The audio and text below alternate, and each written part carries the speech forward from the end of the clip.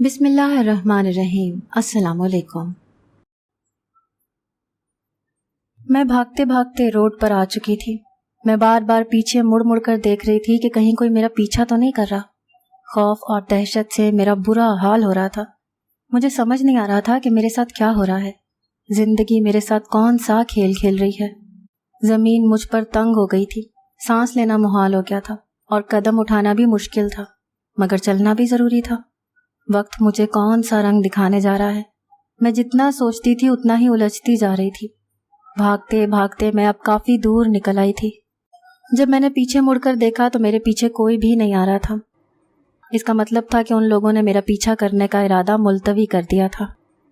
میں ابھی تک یہ سمجھ نہیں پا رہی تھی کہ میرے ساتھ جو ہوا تھا وہ کیوں ہوا تھا۔ آخر کوئی سگی ماں اپنی بیٹی کے ساتھ ایسا کیسے کر سکتی ہے؟ ماں تو اپنی بیٹی کی حفاظت کرتی ہے، اس کی رکھوالی کرتی ہے، اسے اچھے برے کی تمیز سکھاتی ہے۔ اور میری ماں کیسی ماں تھی؟ بلکہ وہ تو میری ماں ہی نہیں تھی، وہ تو کوئی اور ہی عورت ہے جو محض میرے باپ سے انتقام لینے کے لیے میرے ساتھ ایسا کر رہی تھی۔ میں ساری زندگی جسے اپنی ماں سمجھ کر اس کی خدمت کرتی رہی، جس کی بری بھلی بات سہتی رہی، جس کی بات کو حکم کا درجہ دیا۔ مجھے آج اس کی اصلیت پتہ چلی تھی، آج اس کی حقیقت مجھ پر آشکار ہوئی تھی۔ آج میں جان گئی تھی کہ وہ کون ہے، مگر اب بہت دیر ہو چکی تھی۔ اب اتنی دیر ہو چکی تھی کہ میں نہ کہیں جا سکتی تھی اور نہ ہی اپنے قریبی لوگوں کو ڈھونڈ سکتی تھی، بلکہ میں تو ایک خلا میں ہو کر رہ گئی تھی، جسے آگے پیچھے کچھ نظر نہیں آ رہا تھا، جس کے آگے اندھیرا تھا تو پیچھے کھائی تھی، جسے نہ مستقبل کی خبر تھی اور نہ ہی ماضی سمجھ میں آ رہا تھا۔ ابھی میں اپنی سوچوں میں گم چلتی ہی جا رہی تھی کہ اچانک سے میرے سامنے گاڑی آ کر رکی اور اس میں سے کچھ لوگ نکل کر میری جانب بڑھنے لگے۔ میں ان لوگوں کو دیکھ کر خوف زدہ ہو گئی اور وہاں سے بھاگنے لگی۔ اب میرا رخ ایک گلی کی جانب تھا۔ میں بھاگتے بھاگتے اس گلی میں داخل ہو گئی۔ خوف سے میرا برا حال ہو چکا تھا۔ ان لوگوں کے بھاگنے کی رفتار اچھی خاصی تیز تھی۔ جلد ہی ایک بندہ میرے سر تک آ پہنچا۔ میں ہمیشہ سے بزدل لڑکی تھی، مگر اس وقت نہ جانے مجھ میں اتنی طاقت کہاں سے آ گئی تھی، اور میں ایک دم سے اس قدر بہادر کیسے بن گئی تھی۔ میں نے گلی کے نکڑ پر پڑی ہوئی ایک اینٹ اٹھائی اور اس کے سر کا نشانہ لیا۔ میرا نشانہ بالکل ٹھیک لگا اور وہ وہیں پر اپنا سر پکڑ کر بیٹھ گیا۔ اب میں وہاں سے بھاگنے لگی۔ بھاگتے بھاگتے میں روڈ کی دوسری جانب نکل آئی اور پھر ایک گاڑی اچانک سے میرے سامنے آ کر لگی۔ بھاگتے وقت میں نے گاڑی کو نہیں دیکھا تھا اور میں اس سے ٹکرا گئی۔ میرا ذہن تاریکیوں میں ڈوب گیا تھا اور آخری منظر جو مجھے یاد تھا، گاڑی میں سے ایک نوجوان نکل کر میری جانب بڑھا تھا اور اس کے بعد میں ہوش و حواس کھو بیٹھی۔ جب مجھے ہوش آیا تو میرے سامنے ایک نوجوان مرد بیٹھا ہوا تھا جو بغور مجھے دیکھ رہا تھا۔ اس کے چہرے پر تشویش کے سائے لہرا رہے تھے اور وہ کافی زیادہ پریشان لگ رہا تھا۔ جب میں ہوش میں آئی تو وہ میرے پاس آیا اور بے قراری سے پوچھنے لگا کہ تم ٹھیک ہو؟ میں اس کے اس انداز پر حیران رہ گئی۔ میں اس سے پہلی بار مل رہی تھی، اس کو پہلی بار دیکھ رہی تھی، مگر جو اس کے انداز میں بے قراری تھی، ایسا لگتا تھا جیسے میرا اور اس کا برسوں کا ساتھ ہے۔ میں نے اس سے پوچھا کہ آپ کون ہیں اور کیا مجھے جانتے ہیں؟ اب کی بار وہ خاموش ہو گیا اور کہنے لگا کہ اس بارے میں ہم بعد میں بات کریں گے کہ میں کون ہوں۔ ابھی تمہاری طبیعت ٹھیک نہیں ہے، ابھی تم ریسٹ کرو۔ اور پھر وہ کمرے سے باہر چلا گیا اور مجھے بہت سارے سوالوں میں تنہا چھوڑ گیا۔ میرے لیے زندگی لمحہ بلمحہ حیران کن ہوتی جا رہی تھی۔ ہر آنے والا پل پچھلے لمحے سے جدا تھا اور مجھے حیرت کے سمندر میں دھکیل رہا تھا۔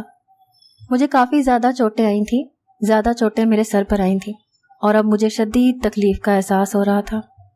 اتنے میں ایک نرس میرے کمرے میں آئی اور پین کلر دے کر واپس چلی گئی اور میں پھر نیند کی وادیوں میں کھو گئی۔ 2-3 دن کے بعد وہ شخص مجھے ایک اپارٹمنٹ میں لے آیا تھا۔ مجھے کہنے لگا کہ ابھی میں تمہیں اپنے گھر نہیں لے کے جا سکتا، تمہیں یہیں پر رہنا ہوگا۔ میں اس کے انداز پر ہکا بکا رہ گئی۔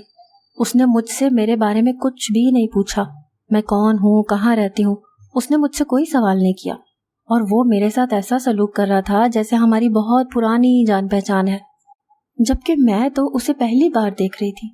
پھر آخر کیا وجہ تھی جو وہ مجھ سے کوئی سوال جواب نہیں کر رہا تھا؟ یہ بات مجھے بہت ہی زیادہ حیران کر رہی تھی۔ اور پھر ہر دوسرے تیسرے دن وہ آتا، میرے پاس تھوڑی دیر رکتا، ادھر ادھر کی باتیں کرتا اور پھر واپس چلا جاتا۔ اس نے مجھ سے کبھی بھی کوئی غلط بات نہیں کی تھی۔ میں اس کے اخلاق اور کردار سے متاثر ہو گئی تھی۔ مجھے یہاں رہتے ہوئے کافی دن ہو گئے تھے اب میں خود کو محفوظ سمجھنے لگی تھی، مگر جو کچھ مجھ پر بیت چکا تھا وہ مجھے جھنجھوڑنے کے لیے کافی تھا۔ میرا ماضی اتنا تکلیف دہ تھا اور اتنا شرمناک تھا جو میں کسی سے بیان بھی نہیں کر سکتی تھی، اور مجھے اس شخص سے محبت ہونے لگی تھی۔ مجھے یہ ڈر تھا کہ اگر اسے میرے ماضی کے بارے میں پتہ چلا تو کہیں وہ مجھے چھوڑ نہ دے۔ ایک دن باتوں باتوں میں نے اس سے پوچھا کہ مجھے ایسا کیوں لگتا ہے جیسے آپ مجھے بہت پہلے سے جانتے ہیں۔ وہ میری بات پر پراسرار انداز میں مسکرایا اور کہنے لگا کہ تمہیں اس بات کا جواب بھی جلدی مل جائے گا۔ اس کی باتوں سے میں مزید الجھ کے رہ گئی۔ آخر ایسا کیا تھا جو مجھے سمجھ نہیں آ رہا تھا، اور اگر یہ شخص مجھے جانتا تھا تو اس کی شبیہ تک یاد نہیں تھی مجھے۔ ایسا کیوں تھا؟ اگر وہ مجھے جانتا تھا تو میں اس سے اتنی انجان، اتنی بے خبر کیوں تھی؟ اس دن وہ خلاف معمول میرا حال احوال دریافت کرنے کے لیے نہیں آیا، اور میں پورا دن گھر میں اکیلی بلائی پھرتی رہی۔ مجھے یہاں پر ایک اعتماد کا احساس ہوتا تھا کہ میں بالکل محفوظ ہوں، یہاں مجھے کوئی تکلیف نہیں دے سکتا اور نہ ہی کوئی مجھے پریشان کر سکتا ہے۔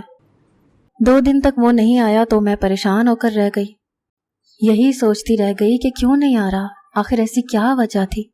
میں بہت زیادہ بیکل ہو رہی تھی، اور جب وہ آیا تو وہ بہت پریشان لگ رہا تھا، بہت تھکا تھکا سا لگ رہا تھا، ایسا لگ رہا تھا جیسے وہ کافی دنوں سے نہیں سویا۔ میں نے جب اس کے 2 دن غیر حاضری کا سبب پوچھا تو وہ چونک کر مجھے دیکھنے لگا، اور بجائے میری بات کا جواب دینے کے وہ مجھے کہنے لگا کہ اس دن کیا ہوا تھا جب تم میری گاڑی سے ٹکرائی تھی، کیا ہوا تھا اس دن تمہارے ساتھ؟ اور اس کے اس سوال پر میں پریشان ہو کر رہ گئی۔ جب سے مجھے یہ محسوس ہوا تھا کہ میں اس کی محبت میں مبتلا ہو گئی ہوں، تب سے میں یہ سوچ کر ڈرنے لگی تھی کہ اگر اسے میرے ماضی کے بارے میں پتہ چلا تو وہ مجھے چھوڑ دے گا۔ مگر اب وقت آ گیا تھا کہ اسے اپنے بارے میں بتانا تھا۔ میں آخر اسے کب تک یہ بات چھپا سکتی تھی؟ اس کے سوال نے مجھے میرے ماضی میں دھکیل دیا، اور میں پھر اسے سب کچھ بتانے لگی۔ مجھے اپنی ماں کی بالکل بھی سمجھ نہیں آتی تھی، وہ بہت عجیب تھی یا مجھے لگتی تھی۔ ان کا رویہ میرے ساتھ کبھی کبھی بہت ناقابل برداشت ہو جاتا تھا، اور میں خون کے آنسو پی کر رہ جاتی تھی۔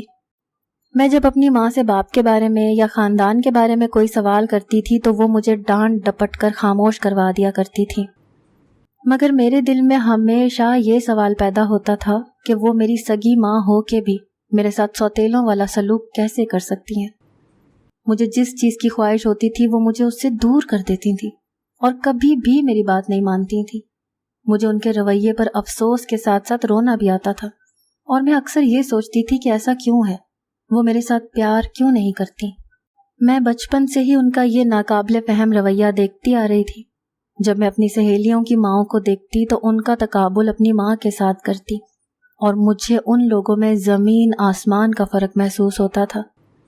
میٹرک تک مجھے میری ماں نے تعلیم دلوائی تھی، مگر اس سے آگے میری شدید خواہش کے باوجود انہوں نے مجھے نہیں پڑھنے دیا تھا۔ تب میں بہت زیادہ روئی تھی۔ یہ پہلی فرمائش تھی جو میں نے ان سے کی تھی، ورنہ میں ان سے کبھی بھی فرمائش نہیں کرتی تھی۔ ایسا بھی نہیں تھا کہ ہمارے گھر کے حالات برے تھے یا ہم غربت زدہ زندگی گزار رہے تھے۔ ہمارے حالات بہت ہی زیادہ اچھے تھے اور ہمارے گھر میں کسی چیز کی کوئی کمی نہیں تھی، مگر اس کے باوجود اماں نہ جانے کیوں میرے ساتھ ایسا سلوک کرتی تھی۔ وہ مجھے ہر چیز کے لیے ترسا ترسا کر رکھتی تھی۔ میں جو بھی فرمائش کرتی، جو بھی بات کرتی، اسے فوراً رد کر دیا کرتی تھی، اور مجھے کہیں بھی آنے جانے نہیں دیتی تھی۔ اماں کی محلے میں بہت عزت تھی، وہ لوگوں کا روحانی علاج کرتی تھی، لوگ دور دور سے ان کے پاس علاج کے لیے آتے رہتے تھے۔ انہوں نے گھر میں ہی ایک کمرہ الگ سے منسلک کر رکھا تھا جس میں ان کے تمام مرید اور دم درود والے لوگ آتے تھے اور اماں کو اچھا خاصا نذرانہ دے کر جاتے تھے۔ اماں کے اپنے پورے علاقے میں بہت زیادہ عزت تھی اور سب لوگ ہی انہیں جانتے تھے، مگر کچھ ایسے لوگ بھی تھے جو ان کی مخالفت کرتے تھے اور انہیں اماں کا کام پسند نہیں تھا۔ مگر اماں کو کسی کی بھی کوئی پرواہ نہیں تھی، اور انہیں تو شاید میری بھی پرواہ نہیں تھی۔ انہیں صرف پیسے سے مطلب تھا اور انہیں پیسہ ہی اچھا لگتا تھا، بلکہ اگر یوں کہا جائے کہ انہیں پیسے سے پیار تھا تو یہ کہنا غلط نہیں ہوگا۔ اور اسی لیے مجھے ان سے شکوہ ہوتا تھا کہ وہ میری کوئی فرمائش، کوئی خواہش پوری نہیں کرتی۔ میری ایج کی لڑکیاں نت نئے کپڑے بناتی ہیں، فیشن کرتی، مگر اماں کی طرف سے مجھے کسی بات کی کوئی اجازت نہیں تھی۔ وہ عید وغیرہ پر بھی مجھے بہت مشکل سے نئے کپڑے بنوا کر دیتی تھیں۔ مجھے آج بھی وہ دن یاد ہے جب میرے اسکول میں فنکشن تھا اور اماں کی میں نے بہت منتیں کی کہ میری سب دوستیں آئیں گی اور آج کے بعد میں نے ان سے کبھی بھی نہیں ملنا، مجھے شاپنگ کرنی تھی۔ مگر اماں نے میری یہ بات نہیں مانی اور میرے پاس ایسا کوئی ڈھنگ کا سوٹ نہیں تھا جو میں اس پارٹی میں پہن کر جاتی۔ یہ بات میرے دل میں کھب کر رہ گئی اور تب مجھے یقین ہو گیا کہ اماں مجھ سے محبت نہیں کرتی۔ مگر سوال یہ تھا کہ میں ان کی ایک اکلوتی بیٹی تھی، میں ان کا اس دنیا میں واحد رشتہ تھی، تو وہ مجھ سے محبت کیوں نہیں کرتی تھی؟ جب میں ان سے ان کے خاندان کے بارے میں کوئی سوال کرتی یا اپنے باپ کے بارے میں سوال کرتی تو وہ مجھے ڈانٹ کر خاموش کروا دیتی اور کہتی کہ تمہیں میں نے کس چیز کی کمی رکھی ہے جو تمہارے دل میں اپنے باپ اور خاندان والوں کی محبت جاگ رہی ہے۔ پھر وہ میرے باپ کی اور میرے باقی ددیال والوں کی برائیاں کرنے لگتی، ان کے مظالم کے قصے سنانے لگتی۔ میری ماں خاصی چرب زبان واقع ہوئی تھی اور میں ہمیشہ ان کی باتوں میں آ جاتی تھی اور ان کی بات کو سچ سمجھتی تھی۔ میں بھی اماں کی اس بات پر ایمان لے آئی تھی۔ واقعی میرے باپ اور میرے ددیال والے بہت برے تھے اور وہ اماں کے ساتھ بہت برا سلوک کرتے تھے۔ اماں نے اچھا ہی کیا تھا کہ ان سے کنارہ کشی اختیار کر لی تھی، مگر اب ہو سکتا ہے کہ وہ بدل گئے ہوں۔ وقت تو ہر کسی کو بدل دیتا ہے، ہو سکتا ہے کہ انہیں بھی اپنی غلطی کا احساس ہو گیا ہو۔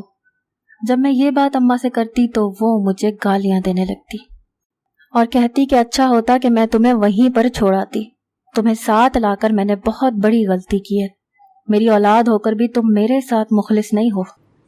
تب اماں مجھ سے ناراض ہو جاتی اور میں بڑی مشکل سے ان کو مناتی تھی۔ پھر ایک دن تو انہوں نے حد ہی کر دی۔ میں یہی سوگ منا رہی تھی کہ اماں نے مجھے آگے پڑھنے نہیں دیا۔ اماں نے کہا کہ تیار ہو جاؤ، آج شام کو تمہارا نکاح ہے۔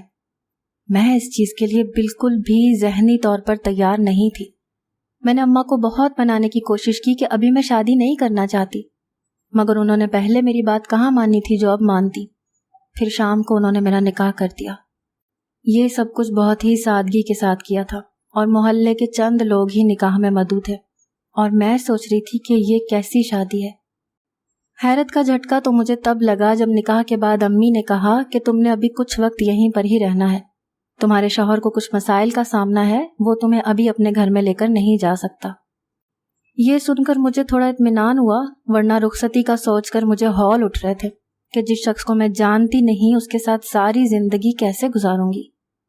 مگر اب جب اماں نے کہا کہ ابھی تمہارا صرف نکاح ہے، رخصتی ابھی نہیں ہوگی، تو میں یہ سوچ کر مطمئن ہو گئی۔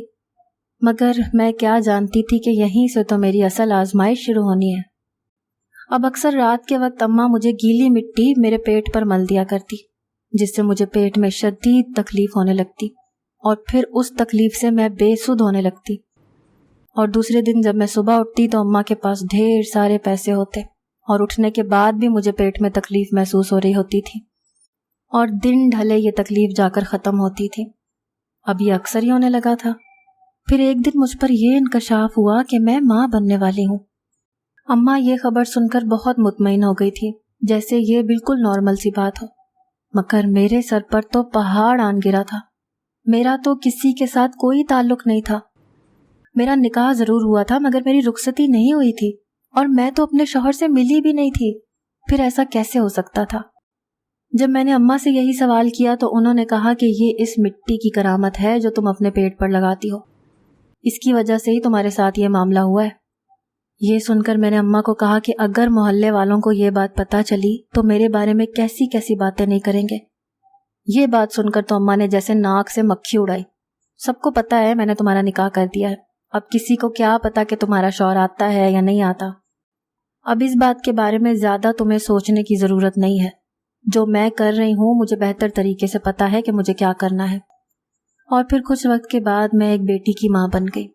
اب اکثر ہی یہی ہونے لگا۔ اماں میرے پیٹ پر زبردستی وہ گیلی مٹی مل دیتی۔ میرے لاکھ احتجاج اور منع کرنے کے باوجود بھی وہ میرے ساتھ زبردستی یہ کام کیا کرتی تھی۔ میں درد سے روتی رہتی، تڑپتی رہتی، مگر اماں کو مجھ پر ترس نہیں آتا تھا۔ میں سوچتی تھی کہ یہ کیسی ماں ہے؟ ماں تو اپنی اولاد کے لیے کچھ بھی کر سکتی ہے، وہ تو اسے تکلیف میں نہیں دیکھ سکتی، تو پھر میری ماں میرے ساتھ ایسا کیسے کر سکتی ہے؟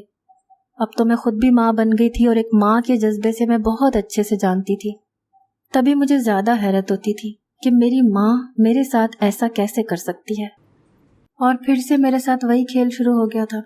وہ زبردستی میرے پیٹ پر وہ عجیب سی چکنی سی مٹی لگا دیا کرتی، جس کو اتارنے میں بھی مجھے کتنا ٹائم لگ جاتا تھا۔ اماں میرے ساتھ ایسا کیوں کرتی تھی؟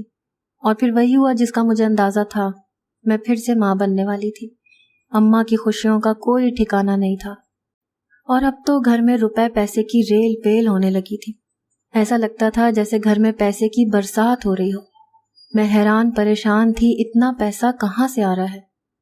جب اماں سے پوچھتی تو وہ کہتی آم کھاؤ، تمہیں پیڑ گرنے سے کیا مطلب ہے؟ مگر میری سمجھ میں نہیں آتا تھا کہ ایسا کیوں ہے۔ اماں کے مرید تو پہلے بھی بہت زیادہ آتے تھے اور وہ اماں کو بہت سے نذرانے دے کر جاتے تھے، مگر اب نہ جانے کون سی لکشمی اماں پر مہربان ہو گئی تھی۔ خیر جو بھی تھا، میرے لیے تو یہ صورتحال بہت تکلیف دہ تھی۔ اسی طرح سے 6 سال کا عرصہ گزر گیا اور میں 4 بچوں کی ماں بن گئی، اور میرے بچے چند دن زندہ رہتے اور پھر فوت ہو جاتے۔ میری ایک بھی اولاد زندہ نہیں تھی۔ میں نے اتنی تکلیفیں پریشانیاں دیکھ کر انہیں پیدا کیا، اور میں یہ سمجھنے سے قاصر تھی کہ میرے بچے جب پیدا ہوتے تھے تب وہ صحیح سلامت ہوتے تھے، اور پھر کچھ دنوں کے بعد اللہ انہیں اپنے پاس واپس بلا لیتا تھا۔ مجھے ان کی موت کا غم کھائے جا رہا تھا، اور ساتھ ہی اپنی ماں کی نہ سمجھ میں آنے والی باتیں مجھے شش و پنج میں مبتلا کر رہی تھیں۔ میں بہت ہی زیادہ پریشانی کے عالم میں زندگی گزار رہی تھی۔ ان 6 سالوں میں نے ایک بار بھی اپنے شوہر کو نہیں دیکھا تھا، اور نہ ہی کبھی اس سے ملی تھی۔ میں سوچ رہی تھی کہ اگر میرا شوہر مجھ سے ملا اور اس نے مجھ سے اس بارے میں سوال کیا تو میں اسے کیا جواب دوں گی؟ میں تو اسے منہ دکھانے کے قابل بھی نہیں رہی تھی۔ جاننے والے سب لوگوں کو یہ پتا تھا کہ میرا شوہر گھر میں آتا جاتا رہتا ہے، جبکہ حقیقت تو میں جانتی تھی۔ اب مجھے لگتا تھا کہ میری ماں میرا سودا کر رہی ہے، اور وہ میرے شوہر کے ساتھ بھی دھوکہ کر رہی ہے۔ اگر مجھے اپنے شوہر کا پتہ معلوم ہوتا یا میرے پاس اس کا کوئی نمبر ہوتا تو میں اب تک اس کے پاس چلی جاتی۔ بہت بار ماں سے پوچھنے کے باوجود بھی اس نے میرے شوہر کے بارے میں کچھ بھی مجھے نہیں بتایا تھا۔ مجھے اپنی ماں پر شک ہونے لگا، اور ایک رات کو میری آنکھ کھلی، میرا کمرے میں دم گھٹ رہا تھا۔ میں کمرے سے باہر نکل آئی۔ صحن میں چلتے چلتے جب میں اماں کے کمرے کے قریب آئی تو ان کے کمرے سے آتی باتوں کی آوازیں سن کر میں اپنی جگہ پر ششدر رہ گئی۔ مجھے اپنے کانوں پر یقین نہیں آ رہا تھا۔ وہ مجھے اغوا کرنے کے بارے میں بات کر رہی تھی، اور کسی سے بھاری تاوان وصول کرنے کے بارے میں پلان بنا رہی تھی۔ مجھے یہ سمجھنے میں دیر نہیں لگی کہ وہ شاید میرے شوہر سے تاوان لینے کے بارے میں بات کر رہی تھی۔ میری سگی ماں میرے ساتھ ایسا کیسے کر سکتی ہے؟ اگلے ہی پل میری اس شک کی تصدیق ہو گئی جب انہوں نے فون پر کسی کے جواب میں کہا کہ میں ان کی سگی بیٹی نہیں ہوں۔ ان کے لہجے میں میرے لیے بہت نفرت تھی۔ یہ بات میرے لیے کسی انکشاف سے کم نہیں تھی۔ میرے لیے اپنی ٹانگوں پر کھڑے رہنا محال ہو رہا تھا، مگر یہ وقت فیصلہ کرنے کا تھا، اور میں نے فیصلہ کرنے میں دیر نہیں لگائی۔ مجھے وہاں سے نکلنا تھا اور اسی وقت ہی یہاں سے جانا تھا، اگر مجھے جان اور عزت عزیز تھی۔ جب میں نے یہاں سے جانے کا فیصلہ کیا تو ایک بار میرا دل ڈگمگایا اور میرے قدم لڑکھڑائے، مگر پھر میں اپنے فیصلے پر ثابت قدم رہی۔ جب میں گھر سے نکل رہی تھی تو گارڈ نے مجھے دیکھ لیا اور مجھے پکارنے لگا، مگر میں گلی میں بھاگنے لگی، اور پھر مجھے اپنے پیچھے کسی کے بھاگنے کی آواز سنائی دیتی رہی، مگر میں مختلف گلیوں سے ہوتے ہوئے روڈ پر آ گئی۔ اور پھر یہ ساری کہانی میں نے اس اجنبی کو بتا دی، وہ سچ جو میں نے کبھی اپنے شوہر کو بھی نہیں بتا سکتی تھی، جو میں خود سے بھی چھپا رہی تھی۔ نہ جانے کیسے وہ میں نے اس شخص کو بتا دیا، کیونکہ میرا دل کہتا تھا کہ دنیا میں سب سے زیادہ میرے ساتھ مخلص ہے وہ۔ اس سے زیادہ کوئی مجھ سے محبت نہیں کر سکتا، اور اس سے زیادہ کوئی میرا خیال بھی نہیں رکھ سکتا۔ وہ مجھے بہت حیرانگی سے دیکھ رہا تھا۔ اس کی نگاہوں میں بہت بے یقینی تھی، جیسے اسے میری بات پر یقین نہ آ رہا ہو۔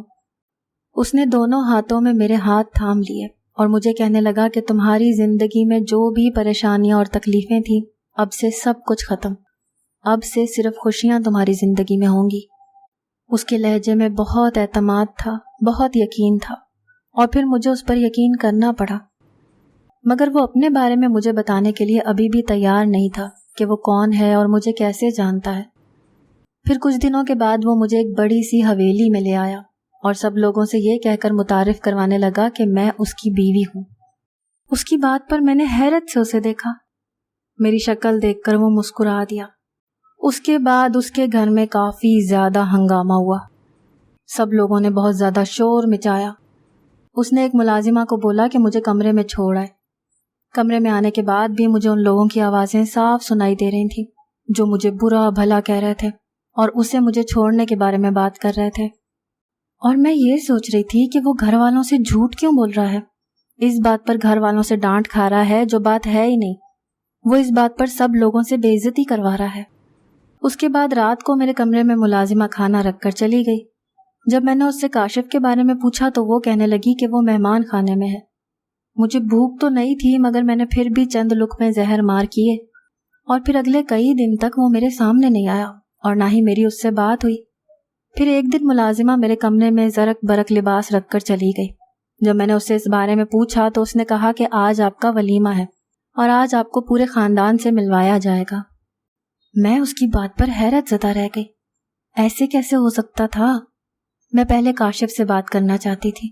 جب میری اس کے ساتھ شادی نہیں ہوئی تو وہ مجھے خاندان والوں کے سامنے اپنی بیوی کیسے ظاہر کر سکتا تھا؟ اس بات کی مجھے بہت ہی زیادہ فکر ہو رہی تھی، مگر میں ملازمہ سے کیا کہتی، اور باقی گھر کا کوئی فرد میرے ساتھ بات نہیں کرتا تھا۔ جب میں نے ملازمہ سے کہا کہ میں کاشف سے بات کرنا چاہتی ہوں تو وہ ہنس کر کہنے لگی کہ آپ رات کو ایک ہی بار اس کے ساتھ بات کر لینا۔ اس کے بعد وہ مجھے ایک پارلر میں لے گئے۔ میرے ساتھ اس ملازم کے علاوہ 2 لڑکیاں اور بھی تھیں، وہ شاید اس کی بہنیں یا کزنز تھیں۔ وہ جو بھی تھی بہت ہی زیادہ اچھی طبیعت کی تھی اور مجھ سے بہت ہی زیادہ اچھے طریقے سے بات کر رہی تھی، مگر مجھے یہ سمجھ نہیں آ رہا تھا کہ میں کاشف سے کیسے بات کرتی۔ میں اس فنکشن سے پہلے اس سے بات کرنا چاہتی تھی مگر اس سے بات کرنے کا کوئی ذریعہ نہیں تھا، اور پھر رات کو مجھے اسٹیج پر جب بٹھا دیا گیا تو کاشف بھی میرے ساتھ آ کر بیٹھ گیا۔ وہ اس وقت دلہے کے روپ میں تھا اور بہت ہی زیادہ ہینڈسم لگ رہا تھا۔ اس کو دیکھ کر میں نگاہیں جھپکنا بھول گئی تھی۔ وہ مجھے کہنے لگا، سب لوگ دیکھ رہے ہیں، مجھے بعد میں گھور لینا۔ اس کی بات پر شرمندہ ہو کر میں نے اپنی نظروں کا زاویہ بدل لیا، اور پھر رات کو کافی لیٹ مجھے میرے کمرے میں پہنچا دیا گیا۔ جب میں کمرے میں آئی تو یہ دیکھ کر حیرت زدہ رہ گئی کہ کمرے کو بالکل دلہن کی طرح سجایا گیا تھا۔ وہی 2 لڑکیاں مجھے کمرے میں چھوڑ کر باہر چلی گئی تھیں۔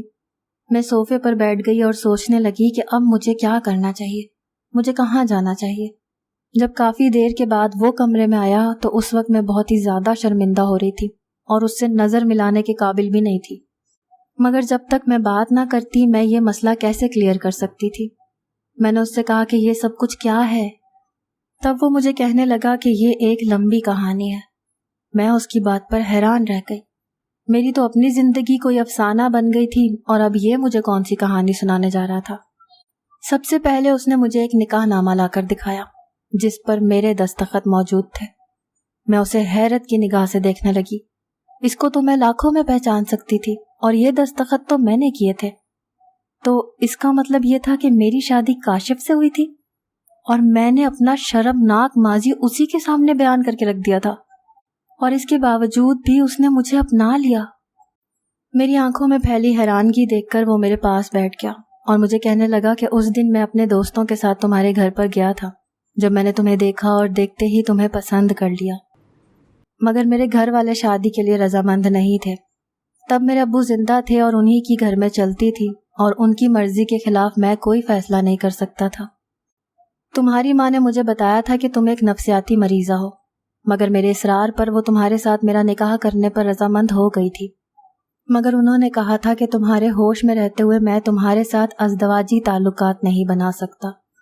میں ان کی باتوں میں آ گیا، اور پھر وہ تمہیں عجیب سی مٹی لگا دیا کرتی تھیں جس سے عجیب سی اسمیل آتی تھی، مگر وہ مجھے تم سے بات نہیں کرنے دیتی تھی۔ تب مجھے ان کی ہر بات سچی لگتی تھی، مگر جب مجھے تم اس دن ملی تب مجھ پر انکشاف ہوا کہ جو میرے سامنے ہے وہ سچ نہیں ہے، سچ کچھ اور ہے۔ اور جب میں نے پتہ کیا تو مجھے معلوم ہوا کہ وہ فراڈ ہے، وہ تمہاری سگی ماں نہیں ہے بلکہ وہ تمہارے باپ کی دوسری بیوی تھی۔ تمہاری سگی ماں تمہاری پیدائش کے وقت فوت ہو گئی تھی اور تمہارے باپ سے اختلافات کی وجہ سے وہ تمہیں وہاں سے لے کر آ گئی اور یہاں پر جعلی عامل بن کے دم درود کا کام کرنے لگی۔ اس نے کئی لوگوں کے ساتھ فراڈ کیا، اس پہ فراڈ کے بہت سے کیس بنے ہوئے ہیں، یہی وجہ ہے کہ اب وہ جیل کی سلاخوں کے پیچھے ہے۔ مجھے یہ سب کچھ بہت حیران کر رہا تھا، مگر مجھے اس کی بات کا یقین کرنا پڑا کیونکہ اس کا لہجہ اور اس کی آنکھیں بتا رہی تھیں کہ وہ سچ کہہ رہا ہے۔ مگر افسوس یہ تھا کہ میں اپنے خاندان والوں سے نہیں مل سکی تھی کیونکہ میرے ابو بھی ایک ہی بھائی تھے اور وہ بھی کچھ سال پہلے ہی فوت ہو گئے تھے۔ مگر میرے ننیال میں میری خالہ اور ماموں لوگ تھے اور میں اپنے شوہر کے ساتھ ان لوگوں سے ملنے کے لیے گئی تھی۔ میں اپنے شوہر کی بہت شکر گزار تھی، جس کی وجہ سے میں اپنے خون کے رشتوں کے ساتھ ملنے کے قابل ہو سکی تھی۔ اگر آپ کو ہماری آج کی کہانی پسند آئی ہے تو اسے لائک کریں، شیئر کریں اور چینل کو سبسکرائب کرنا مت بھولیے گا۔